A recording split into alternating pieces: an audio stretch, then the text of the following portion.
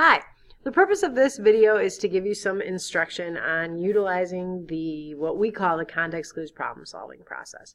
So the academic goal would be determining the meaning of an unknown word or phrase using this process. We think it's important for you to be able to work through a thinking process when you don't know what something means. So this short video will teach you what the process is and then show you some examples of how to use it. So what you see here is our process. Step one is going to be reread whatever you're given and look for the context zone. The context zone is going to be usually just a sentence before and a sentence after whatever the unknown is for you, but it might encompass more than that. You are going to be looking for clues there, and so the suggestion would be that you highlight words and phrases that you think are going to help you understand the unknown word.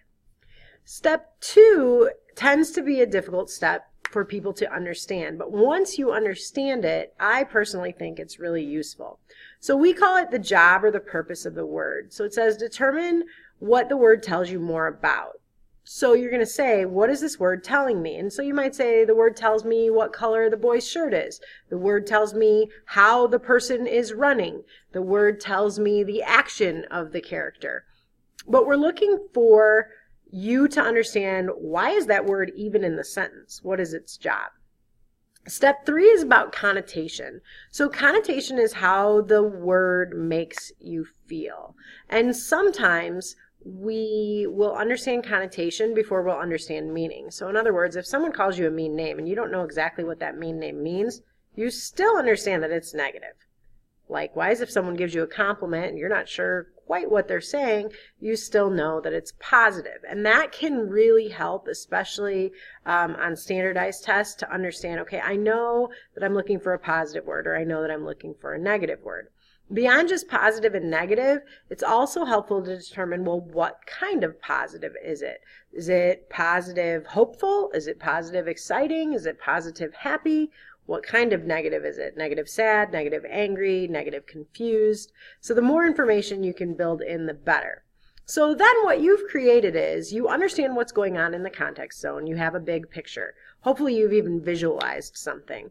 You also know what the purpose of your unknown word or phrase is. You know what it's meant to do. And then you know if it's positive, negative, or neutral, and hopefully you know what type of positive or negative it is. So then you're ready to do the fourth step, which is to solve and replace. Basically, you take the unknown word out of the sentence and replace it with what you think that it means.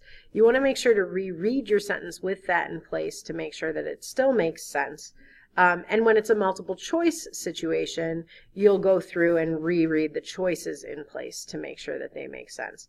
This process won't get you the dictionary definition, but it'll get you pretty darn close so that you have a working knowledge of what a word means. Okay, so at this point, let's do a little practice with using this process so that you can see how it works. So if I ask you, what does the word numismatist means? Hopefully, just for the sake of teaching, most of you don't know currently what that word means. And so if I don't give it some context, you're going to have some trouble understanding it. So let's work through the process. Here's what it looks like in context. My blind date was somewhat boring. I didn't know the man was a numismatist when I agreed to dinner with him. Had I known, I probably would have brought along the silver dollar my grandmother had given me.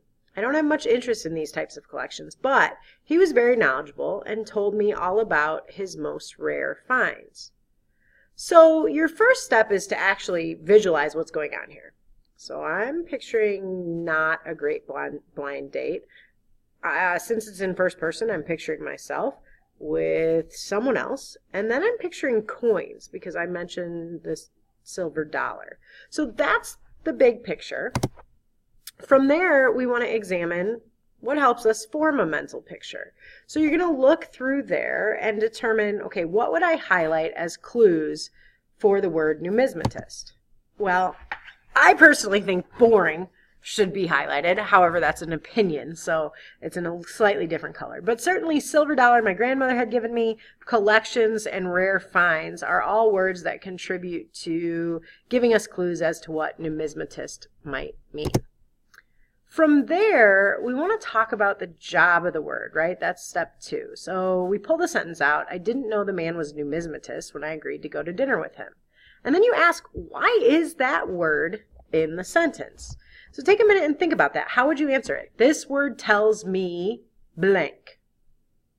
Then you go over to connotation. What feeling is attached to the word numismatist as it's used in context? Because we always want to use connotation in context because it changes. And I've got some pretty funny stories to talk to you about when words change context or connotation based on context. And then we want to solve and replace. I didn't know the man was a blank when I agreed to go to dinner with him. So let's take a look. I didn't know the man was a numismatist when I agreed to go to dinner with him. Well, it tells me what the man was, okay? Simple as that. Then I would say that this is negative in this case because of the fact that she says, or he says, that the date was boring.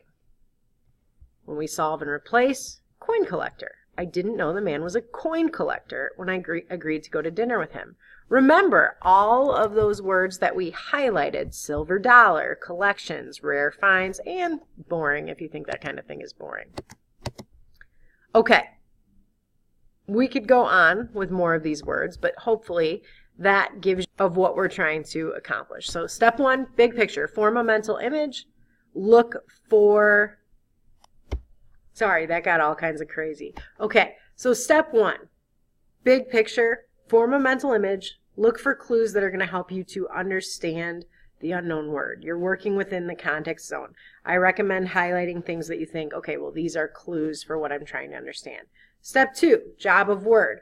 The word tells me. That works for me. If I ask myself, what does this word tell me, and I can come up with an answer, it's usually the function or the job of the word.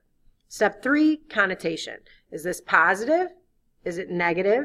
Or is it neutral? Like, this step doesn't help me at all. This word does not have a feeling attached to it. If it's positive, what kind of positive? If it's negative, what kind of negative is it? And then lastly, it's where you solve it. Solve and replace. Make sure that once you think you understand what the word means, you go back and put your synonym, your definition, into the sentence to make sure that it still makes sense.